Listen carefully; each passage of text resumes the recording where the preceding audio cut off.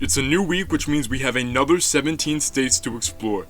You guys did amazing supporting the last video, so we're going to get these uploads out quicker and quicker. These are the states we're going to go over today. Let's get right into it. Down in Louisiana, we have our first prospect of the list, the undefeated lightweight Hunter Headshot Smith. Hunter Smith is a swarming in orthodox boxer who, you guessed it, likes to hunt for the head. Is he successful in these ventures? Well,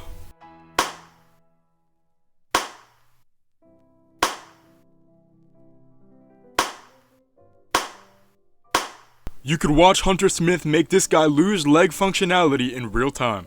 Now, obviously the kid can brawl, and when he lands, he absolutely cracks. He is tearing up AKA. He is only 14 months into his pro career and already looking to make it 5-0, all finishes. Only reason he's not number one is because I will admit the guys he's been fighting are pretty low level, but he's only a year into his career, so who knows.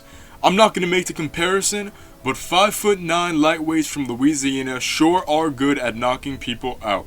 The number one prospect of Louisiana is the undefeated bantamweight, Gage the Gremlin Gill. My guy is 6-0 with 6 first-round finishes. Louisiana is not playing around when it comes to mixed martial arts. Gage Gill's been absolutely dominant in the octagon. Every single fight has gone like this. He gets a hold of you, roughs you up in the clinch, takes you down, overwhelms you with ground and pound, or chokes you out.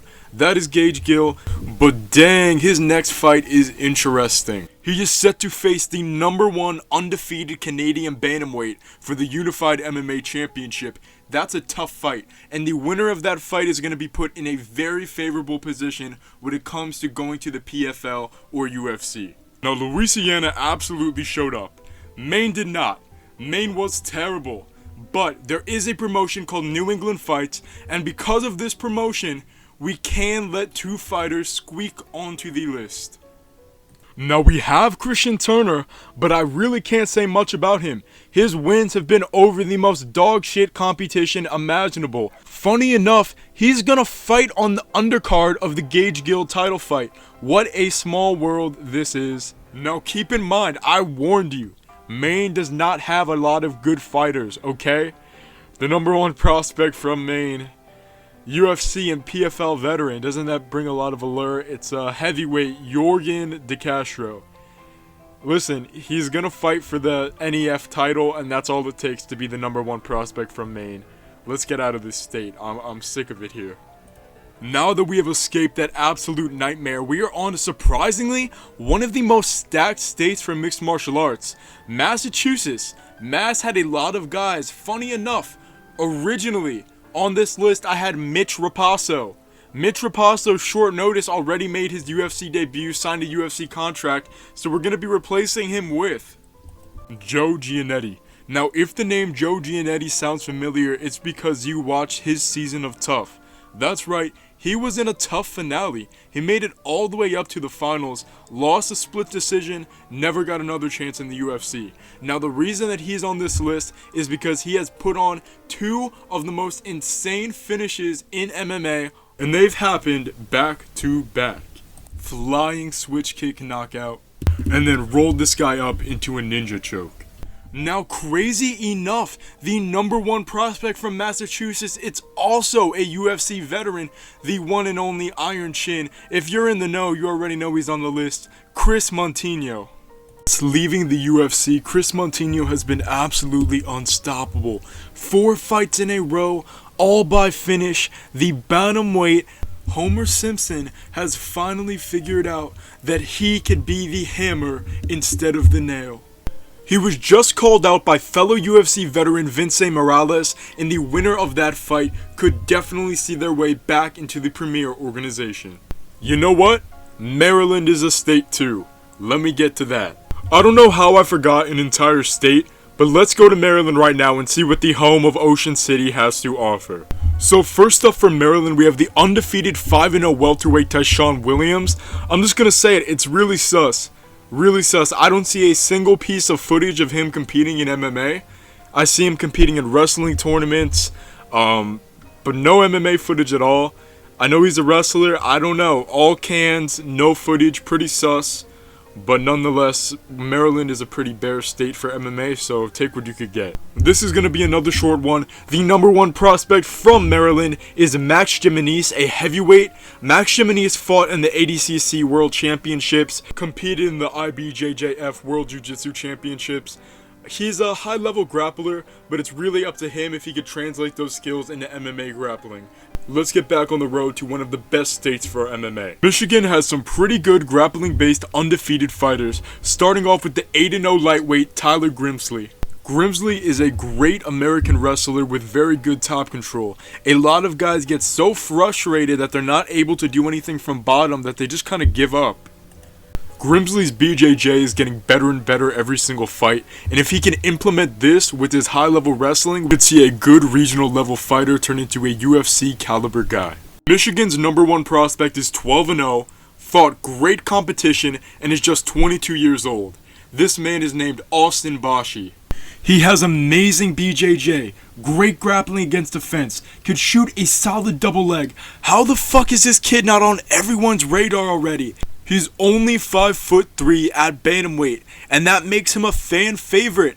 Every single fight of his I watch, the crowd is chanting, Bashi, Bashi. I don't understand how this guy is not more well known. I really don't know what more Austin Bashi has to do to get noticed by a big organization, but he is an absolute monster. We make our way down to Minnesota for two more banger prospects. Now to start off in the middleweight division, we have Wesley Schultz. Last name is Schultz, so you know he is a wrestler. Now, I don't know what to say about these grapplers. He has a good double leg. He has a good single leg. He has good scrambles, but wasn't like an elite level, not a Bo Nickel type or anything, but a very good college level wrestler. Only lost to UFC's Dylan Budka. Middleweight is such a weak division right now. All he needs to do is grind out another couple of wins and he could find himself on the Contender Series. And now, for the number one prospect of Minnesota, we have Keegan Geinrich. Geinrich is the LFA lightweight champion right now. He was a state wrestler in Wisconsin and is a BJJ brown belt, and he's also just absolutely massive. 155ers are probably not supposed to be that built at 6'2". When you combine that size with his amazing grappling, you get a nasty submission magician. He is set to take on Florida's best prospect, Richie Lewis, in the LFA 185 main event. Two amazing lightweight wrestlers are set to take each other out. Next up, we have Mississippi, and to start off from Mississippi, we have the undefeated welterweight, a 5-0 grappler, Kevin Peace. Kevin Peace is very stocky, short, and I gotta be honest, he has some of the most boring fights that I've watched during these series, but damn, he is dominant on the ground. He has so much control time, it's actually unbearable. If he gets you down, people just don't know how to scramble and get up. Very, very good top control. I mean, it's really good for somebody that's so young in the game. The only issue I have with Kevin Peace is that the phenotype of successful welterweight fighter right now is tall, lanky, sniper-like strikers, and a 5'7" guy is just not really going to be competing in the upper echelons of the UFC. I think he should probably go down to lightweight, but maybe he can make it work. Keep your eyes on Kevin Peace. My number one prospect from Mississippi is a Canadian-American, and his name is Keanan Pattershuk. Now, he has jiu-jitsu, he has striking, he's in great shape, but the reason that I like him so much is because he is speed running his career.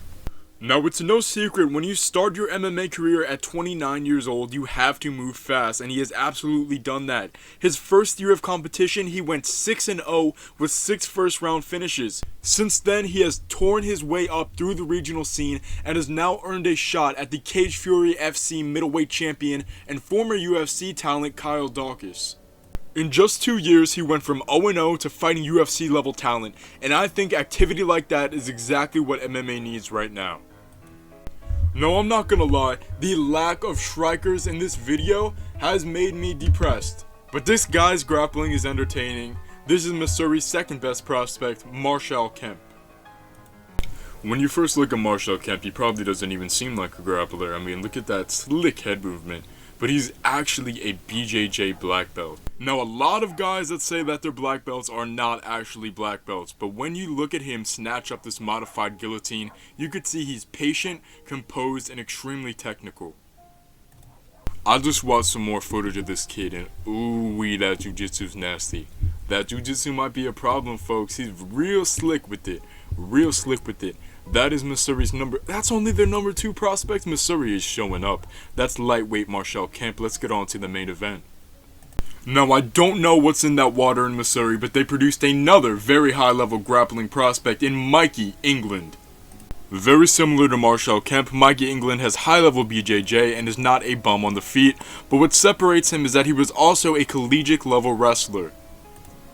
Now, he has all the attributes to be very successful in MMA. My only critique would be his strength of schedule is not all there. He hasn't competed yet in 2024, only likes to fight around 2 times a year. He's 32 years old, gotta push up the pace, Mikey England, because we want to see that mustache in the UFC.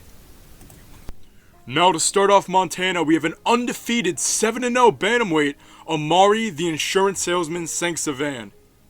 First off, I definitely butchered that last name.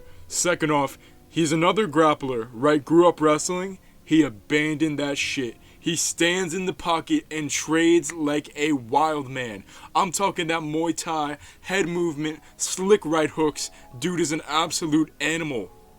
Amari has the option to be a lay-and-pray wrestler, but instead, it's like he was born to scrap. And although at bantamweight it's definitely hard to have one-hitter-quitter power, he does have a decent amount of pop on his shots. As his striking skills have improved, his fights have only gotten better and better. Combine this with a good presence on the mic, and it seems like Montana has a UFC hopeful with the undefeated bantamweight.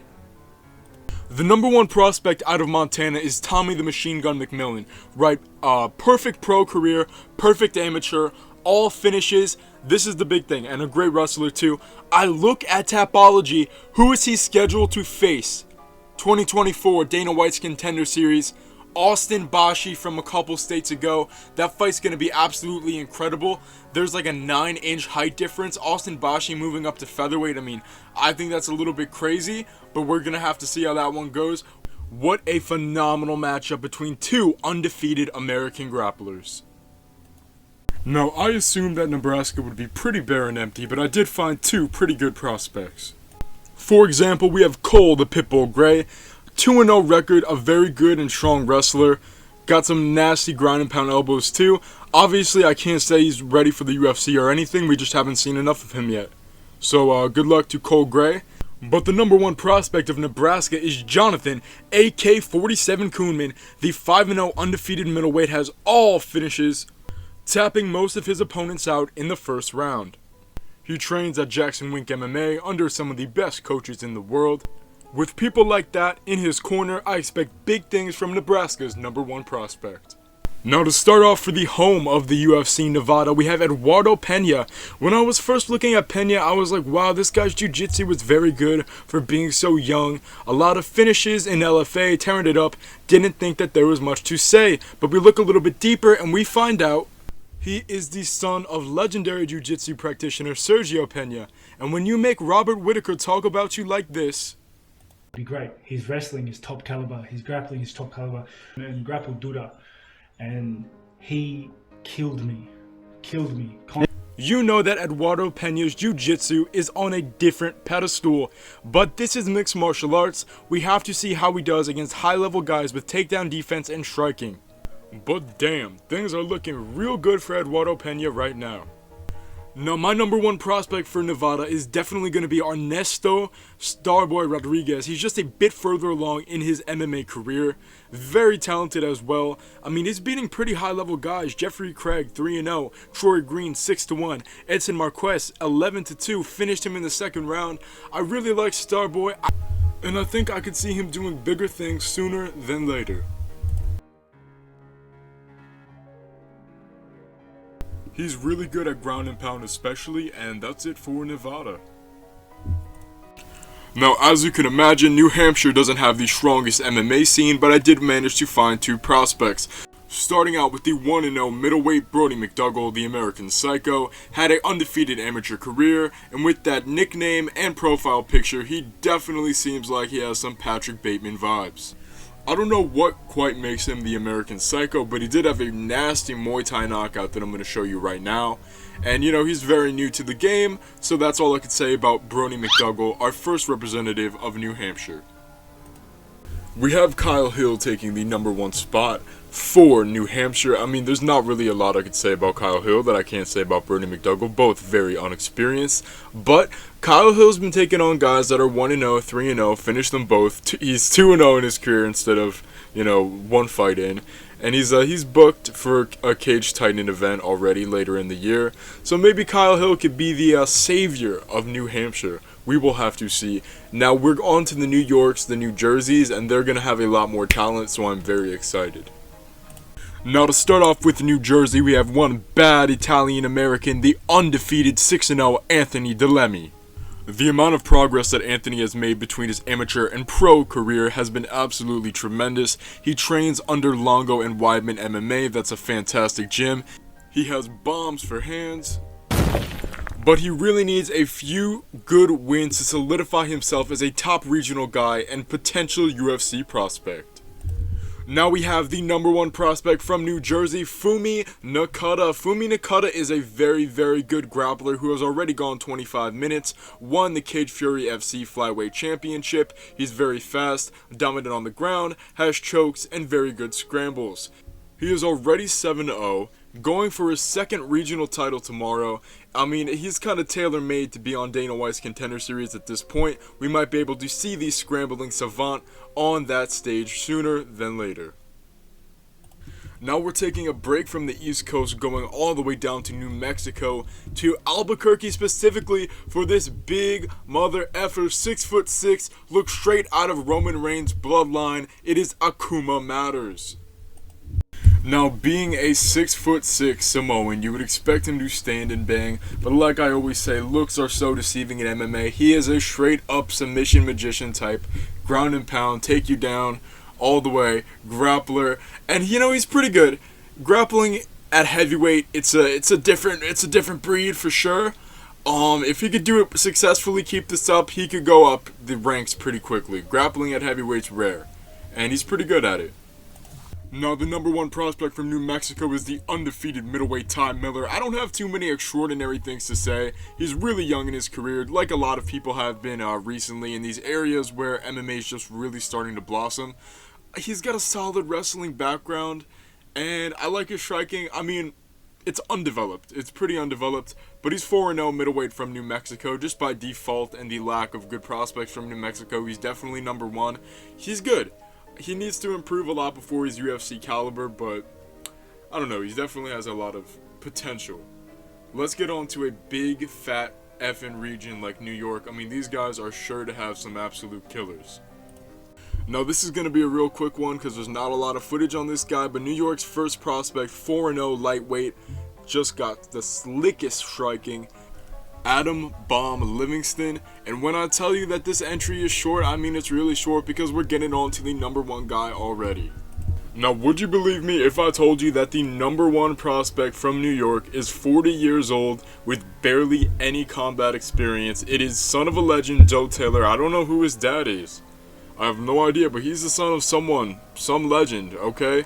Joe Taylor is 40 years old and just decided one day, hey, I want to be an undefeated MMA fighter and maybe just go 3-1 in Glory Kickboxing just for the hell of it. I mean, that's an inspirational story right there. You see people starting MMA at age 28, 29, and people say, oh my god, they're so old, they don't have a future. This dude is 40 years old, undefeated, racking up wins in LFA. And yeah, he's probably not going to make it to the UFC, I'll be the first to admit that, but damn, it would be fun to see him try. Now that we're in North Carolina, our last state, I really expected North Carolina to have a strong MMA scene. That could not be further from the truth. North Carolina is bare thin. Now, I have Thomas Gant. He's a 1-0 welterweight. He was a very pretty high-level wrestler in North Carolina State University.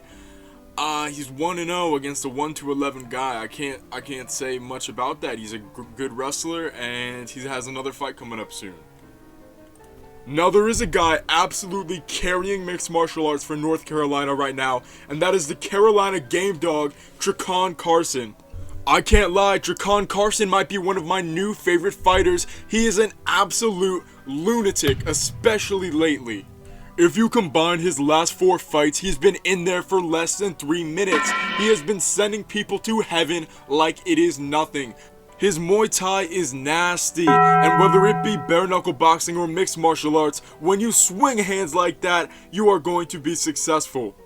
The Carolinas have a legit knockout king on the rise.